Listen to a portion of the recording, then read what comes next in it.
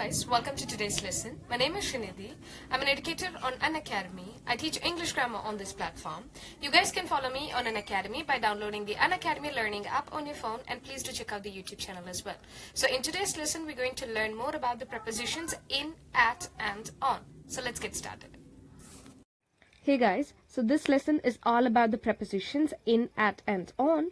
Yes, we've already done a lesson entirely on prepositions, but here I will give you in-depth knowledge as to where to use these three prepositions, okay? So prepositions form a very important part of any language. So the only way to learn them is by listening to people talk, by reading, and also with practice, okay? So there is no hard and fast rule as to when to use a preposition. There are no formulas, there are no rules, so it just comes with practice and effort, okay?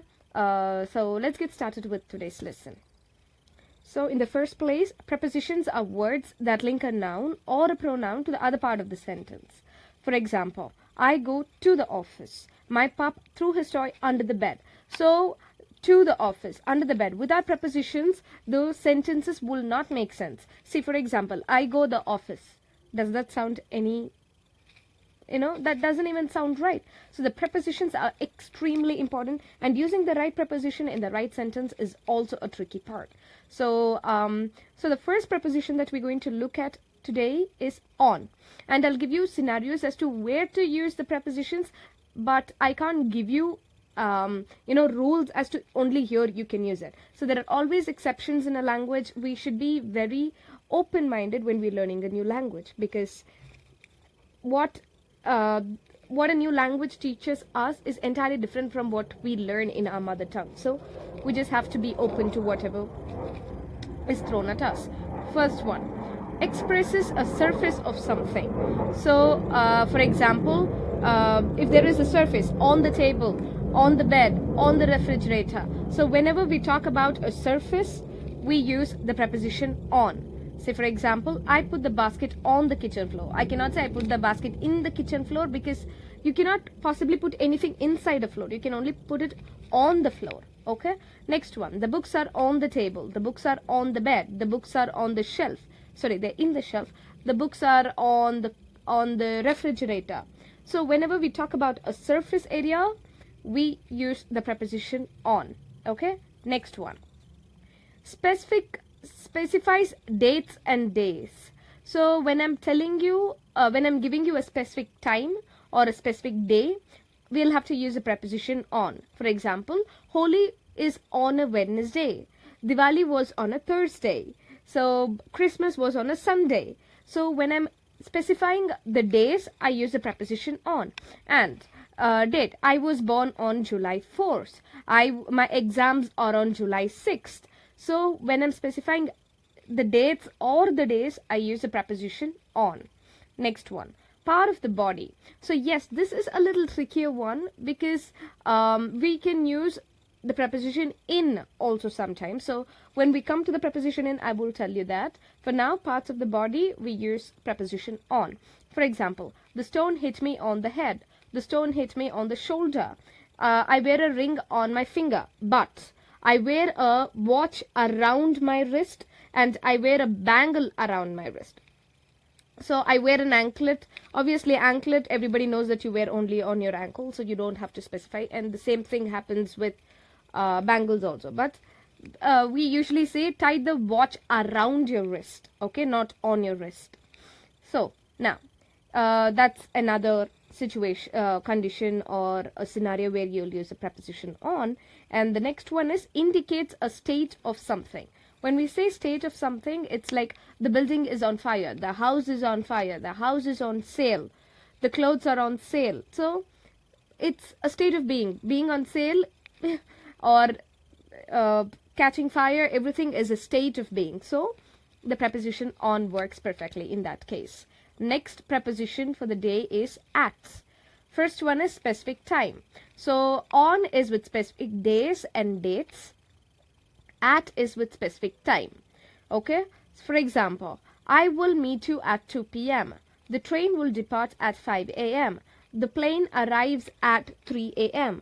So whenever you have a specific time, you will use the preposition at. So I suggest you make the differentiation between in, at and on, so that when you revise it is clear. And one more thing is, like always, I suggest you to make your own sentences using the prepositions or idioms or whatever lessons that you're following, so that you will remember them better.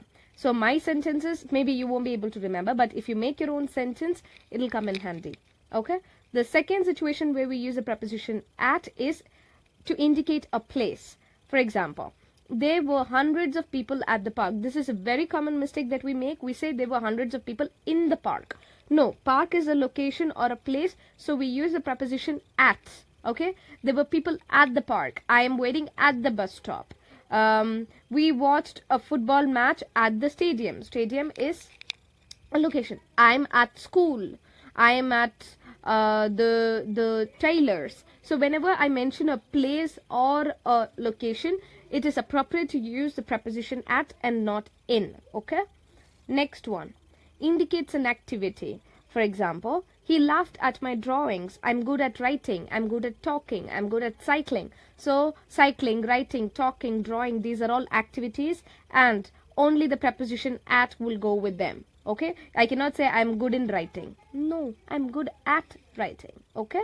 Next one, the preposition is in, used for unspecific times during a year, day, month or seasons. For example, she always buys newspaper in the morning. So I don't know when in the morning exactly she buys it. 5 a.m., 3 a.m. to 8 o'clock, 9 o'clock. Nobody knows. We just know that she buys in the morning. So the time is not specified. So the preposition in is what will work in this case. She buys newspaper in the morning. She goes to school in the morning, because we don't know. One day she might go at 8, the next day she might go at 10. So we don't know the time specifically, so we use the preposition in. The next one is in the summer, it is sunny throughout the day. In the winter, it snows. In the rainy season, it rains cats and dogs. So whenever I'm talking about season, it is always in. Okay, I won't say at the summer. No, in the summer. Next one, location or place. Yes, you can say location or place. We use the preposition at. But see, for example, I am staying in a hotel. You can hear people saying I stay at a hotel. But when we dig deeper, it means in means inside the hotel. Obviously, we pay money. Obviously, we pay to stay inside the hotel and not out. So at can either be inside or outside. So whenever you are in a confined place, it is always in. I am in the bus. I am in the train. I am in the hotel. I am in the restaurant. Yes, you can say people, I'm at a restaurant. Yes, that's also correct. So, as I told you all, it only comes with practice and listening. You have to listen to people talk. You'll have to listen to the news. You'll have to read newspapers, articles, because prepositions are very difficult and they're very unique to every language. So you cannot translate the sentence in your mother tongue because the prepositions are different. Okay. So yes, this is a tricky part, but with time you will get a hang of it. Next one.